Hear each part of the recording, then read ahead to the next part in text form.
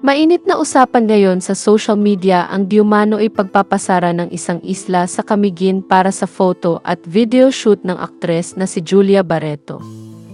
Isang netizen na nagngangalang ni Kako ang nagpost ng paratang na ito, dahilan upang mabilis itong kumalat online. Hindi nagtagal, naglabas ng opisyal na pahayag si Julia upang linawin ang sitwasyon.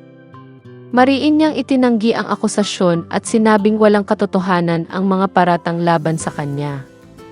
Git niya, hindi siya kailanman humiling o nagdesisyon na ipasara ang Mantigi Island sa Camiguin para sa kanyang shoot.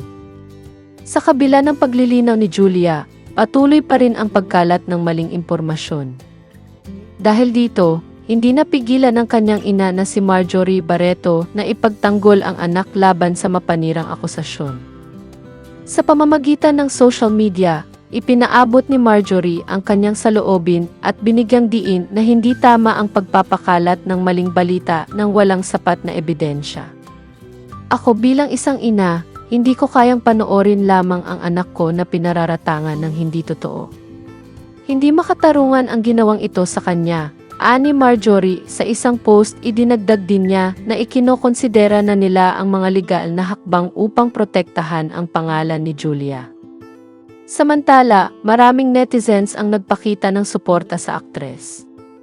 May mga tagahanga at kapwa celebrities na nagpahayag ng kanilang paniniwala kay Julia at hinikayat ang publiko na maging maingat sa paniniwala sa impormasyong nakikita sa internet.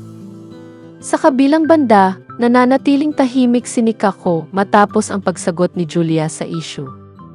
Hindi pa malinaw kung magsusori ba ito o patuloy na ipaglalaban ang kanyang pahayag. Gayunpaman, isang aral ang maaaring mapulot mula sa pangyayaring ito ang pagiging responsable sa pagbabahagi ng impormasyon, lalo na sa social media, upang maiwasan ang paninira ng reputasyon ng iba. Sa ngayon, patuloy na kumikilos ang kampo ni Julia upang resolbahin ang issue.